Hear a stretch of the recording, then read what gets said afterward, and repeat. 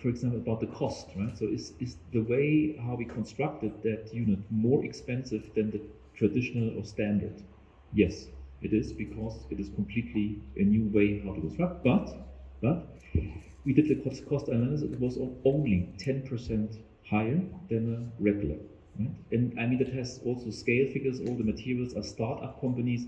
They don't produce in large scale. So I think in the end, even today, that building was opened in 2017, so 6 years old. Today, I would argue you have cost equality. And then your question was about the CO2 emission. We also did the CO2 emission incorporating all the transport, right? So the problem was a little bit when we did this building 6-7 years ago. The planning started maybe 8 years ago. It was very hard to find these materials, right? We had to really, the first year was nothing else but looking around in Europe, finding companies who are fulfilling our need for the circular approach. And I think a circular economy must be regional. That's number one, it must be regional. And therefore, I mentioned today, and I think you should look at these platforms, these digital platforms. The one I showed you is called Rotor DC, ROTOR, like a rotor, DC from Brussels. That was the only company at that time in Europe that you could go to and buy used building materials. By now, the biggest company that's doing the same business model is in Germany. It's called Restado, R-E-S-T-A-D-O. You come back to me and I'll show you. Restado.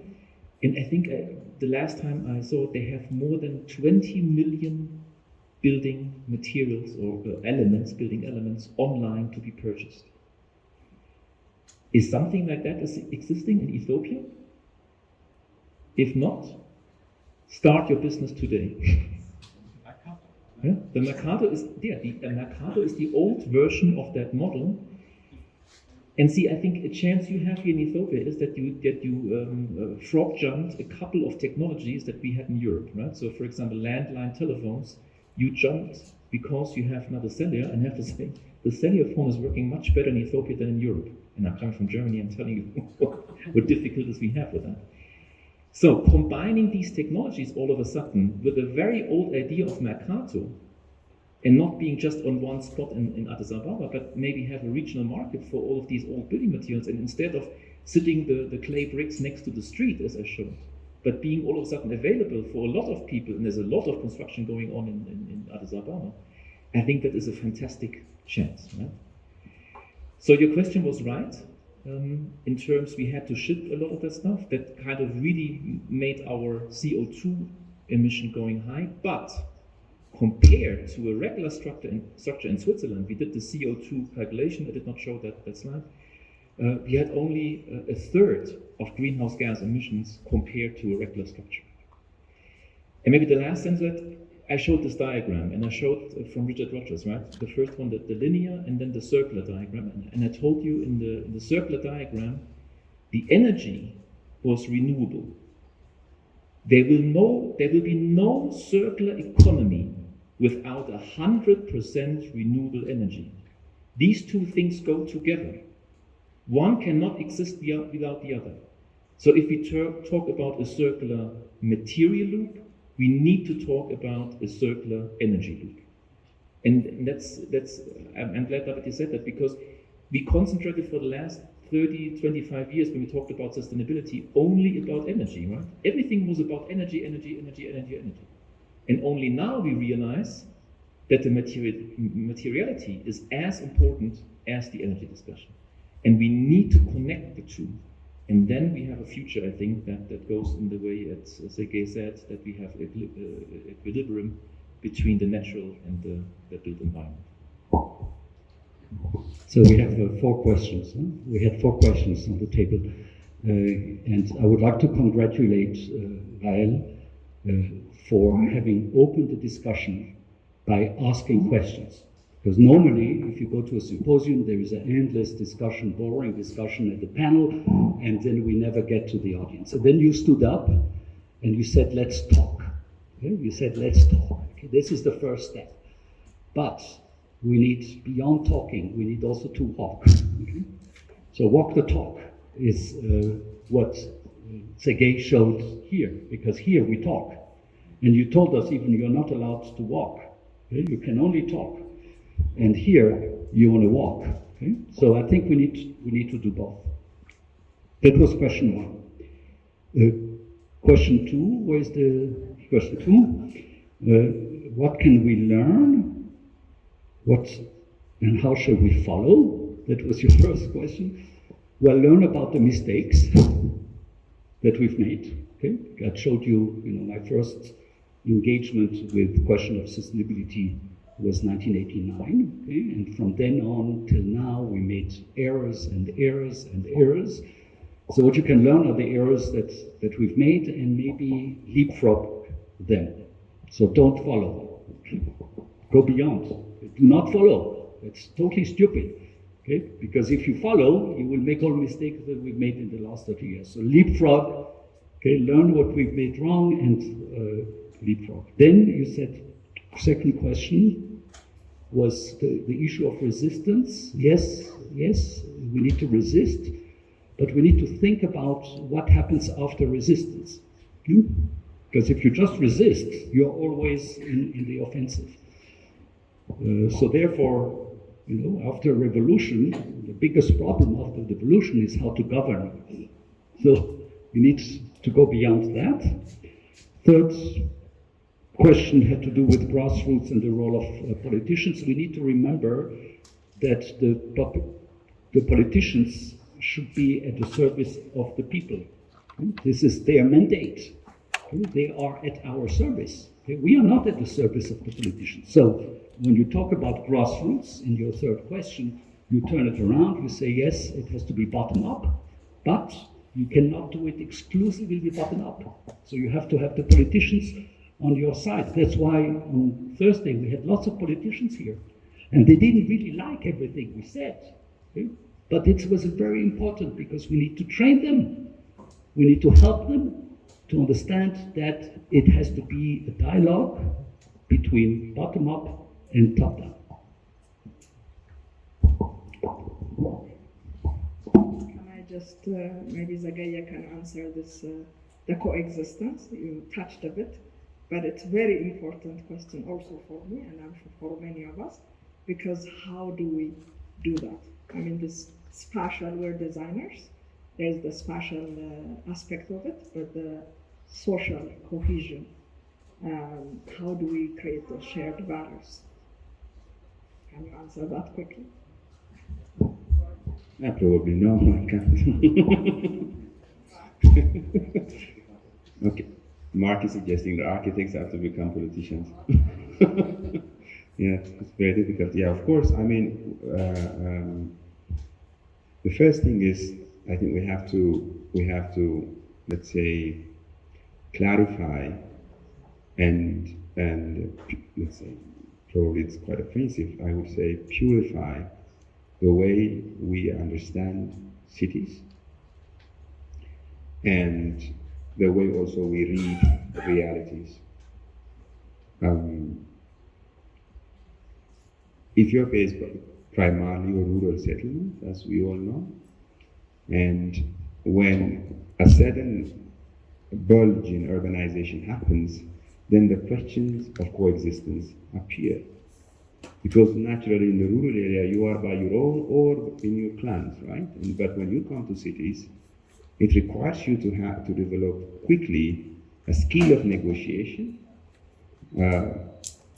dialogue, discussions, debates, and that's exactly what we're saying. And then the city has to be designed, or the city has to be developed to venue these complex negotiations, which becomes very difficult, of course. But at least, particularly in the case of Ethiopia, we have to realize that we are in a very rapid urbanization processes, which is very difficult to guide, because that the cultural transformation and then the development of urban tradition is actually extremely limited, because it does not have that much of a space.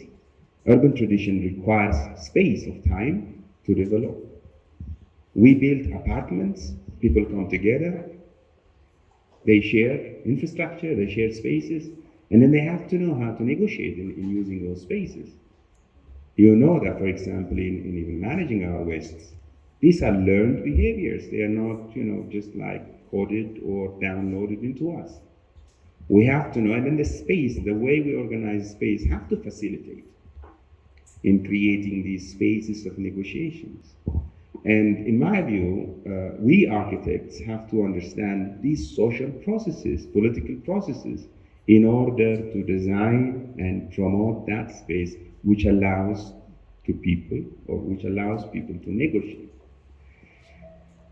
I can't tell, probably other researchers will tell, picking up corners of the city and their contribution towards this negotiation. I'm sorry, some of you might have been engaged in the development of some of the enclaves, real estate enclaves that we ourselves produce.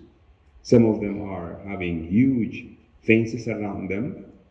They are designed to exclude, aren't they? I think you know. It's not only a kind of exclusive classes that we are promoting, but we even managed to fence them physically, having big gates. I usually call them cancer cells of the city. We are promoting actually anti-social cities. Planners, I think many of you have been engaged in the planning of Addis Ababa. We used to boast that Addis Ababa is a mixed city where everybody comes and then lives together. But the way now the urban structure, the urban fabric is developing is creating segregated neighborhoods which actually expands the disparity with classes as well as also social groups. And I think at first we have to engage in these kind of discussions to understand the fabrics of the city, and also to imagine together what kind of city structure would allow these things. But most importantly, we have to engage the communities themselves. Having said this one, let me add a few points that Dr. here have asked. I'm not saying that inclusivity or inclusiveness is the most important challenge in trying to guide rapid urbanization, particularly in Africa or Ethiopia. I am saying the sense of belongingness. I think there are some differences between belongingness, a sense of the feeling of belongingness, and then sense of inclusivity. That inclusivity is a much more loaded political term.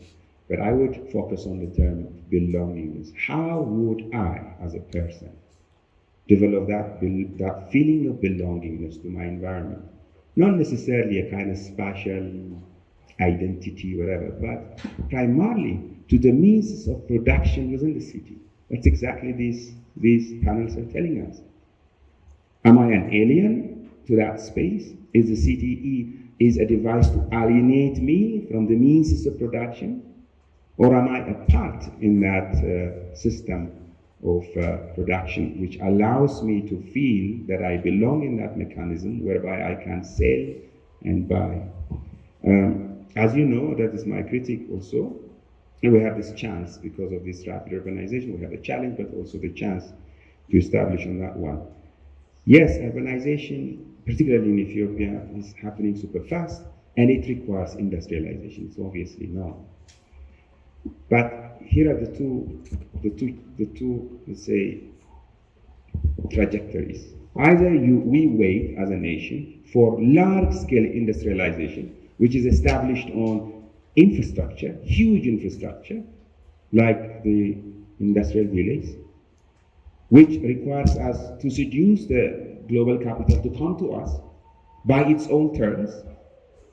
And until it comes, then we pray, while the young people are migrating to the cities, or we supplement. I'm not, bashing out this opportunity or this chance. It goes its own course in this globalizing world, which we cannot stop it probably, but at least we have to also generate the alternative, which is established on the capacities of localities and communities, which is slower, which is obviously no, but at least in my view, steady and stable.